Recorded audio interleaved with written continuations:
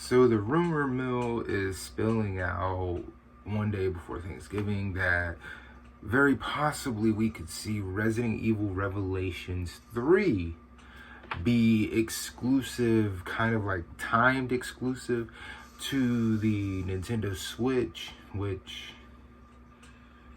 I mean, depending on who you are, could be a good thing, could be a bad thing. Me personally, I thought it was fucked up when they made Resident Evil Revelations 2 and didn't even consider Nintendo when making it, even though the first one was day one released exclusively on the 3DS.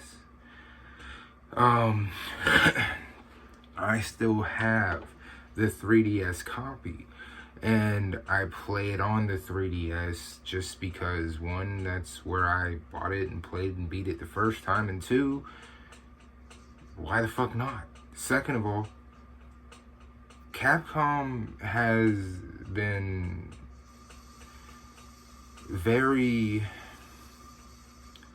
overpriced when it comes to the Nintendo Switch. They still are, in fact. Here we are, it's the end of 2020, and not much has changed when talking about the Nintendo Switch and the Capcom prices. If you go on PlayStation Store, you go on Xbox Store and Microsoft Store, and you look up Resident Evil games when they're on those sales, they're discounted down, they're about they're between $5 to $8. And that's for Resident Evil 1, Resident Evil 4, 5, 6, Revelations 1, sometimes even Revelations 2.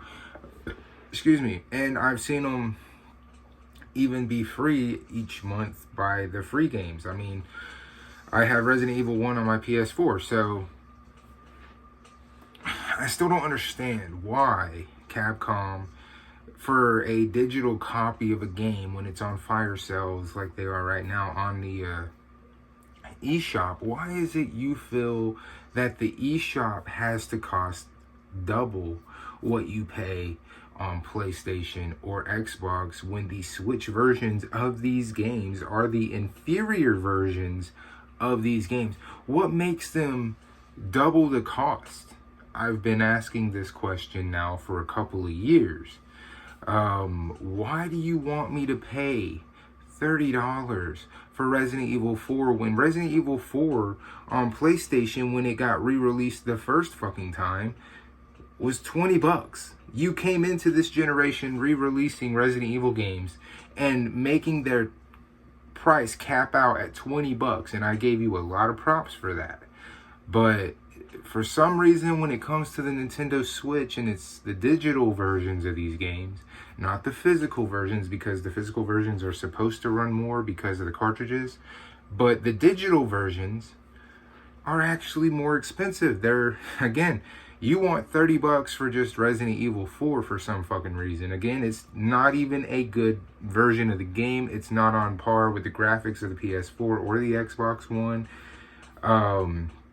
And from what I understand, in fact, it's a port of the Wii version of the game.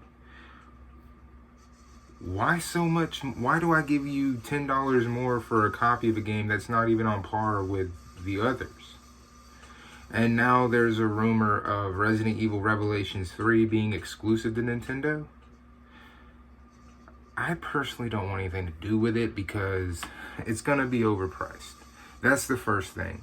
Number one is it's going to be overpriced.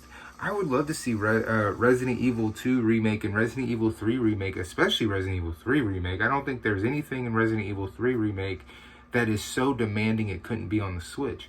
But I still personally would not purchase this. I would not give Capcom my money because it took under a year, under 1 year, under 12 months for me to buy Resident Evil 2 remake with all the bells and whistles for under $30. It was like 10 months on the market, and the digital version of that game capped out at $25 on a fire sale with all the extras. I don't believe it would ever go below that cost on the actual Switch because for some reason Capcom believes Switch owners should have to pay more, and I don't understand why. And we're not getting any more value. Oh, well, you can take it on the go with you. No, that's a perk of the system. That's not a perk of the game. As a perk of the system, you, Capcom, don't deserve to make money off of a perk a system offers, not a game. You made the software, not the hardware. You don't deserve a dime because it's portable. You understand what I'm saying? So I won't be supporting anything you do. If that's the reason, if it's because it's portable, well, you don't deserve money because it's portable. You have absolutely zero input on this fucking console being portable. That'd be like saying you should charge $60 for Resident Evil Revelations 1 on the 3DS because it's a portable game and offers glasses-free 3D. You don't get money for another company's work. That's not how that works. You made a game developed with that company's hardware in mind, but you're not to get paid because of what that company did. You're to get paid for the work you did, not their work. See what I'm saying? So, on one hand, I would love to see Resident Evil Revelations 3 be exclusive, even if it's timed to the Nintendo Switch. But personally, for me, unless the game is on par with what it would be on the other consoles, I wouldn't support it, because by supporting companies like Capcom, you're just giving them more leeway and more leverage to keep ripping off the rest of the community. And I would personally, I haven't bought Resident Evil 4 or Resident Evil 1 or any Resident Evil on the Nintendo Switch, being that I've seen them for under $10, and on Nintendo Switch, they're still around $12 to $13 for each individual game. So, and that's on a fire sale. So why am I giving you double the money again for the inferior version? And if anyone hits me with the fact that it's portable, Capcom has nothing to do with that game being portable. Capcom has nothing to do with the functionality of what Nintendo created in the Switch. Nintendo just put the RE engine and the ability to work the RE engine inside the Switch. The Switch was going to be portable whether it had it or not. So Capcom, you don't deserve any extra money. And nobody should give you any. If you bought Resident Evil 4, 5, 6, or Resident Evil 1, or Revelations for double the cost that you could have paid PlayStation or Xbox, you're an idiot. And I don't care what you think of me saying that. You are an idiot, because you could get a better version of the said game on way better hardware for less money. See what I'm saying?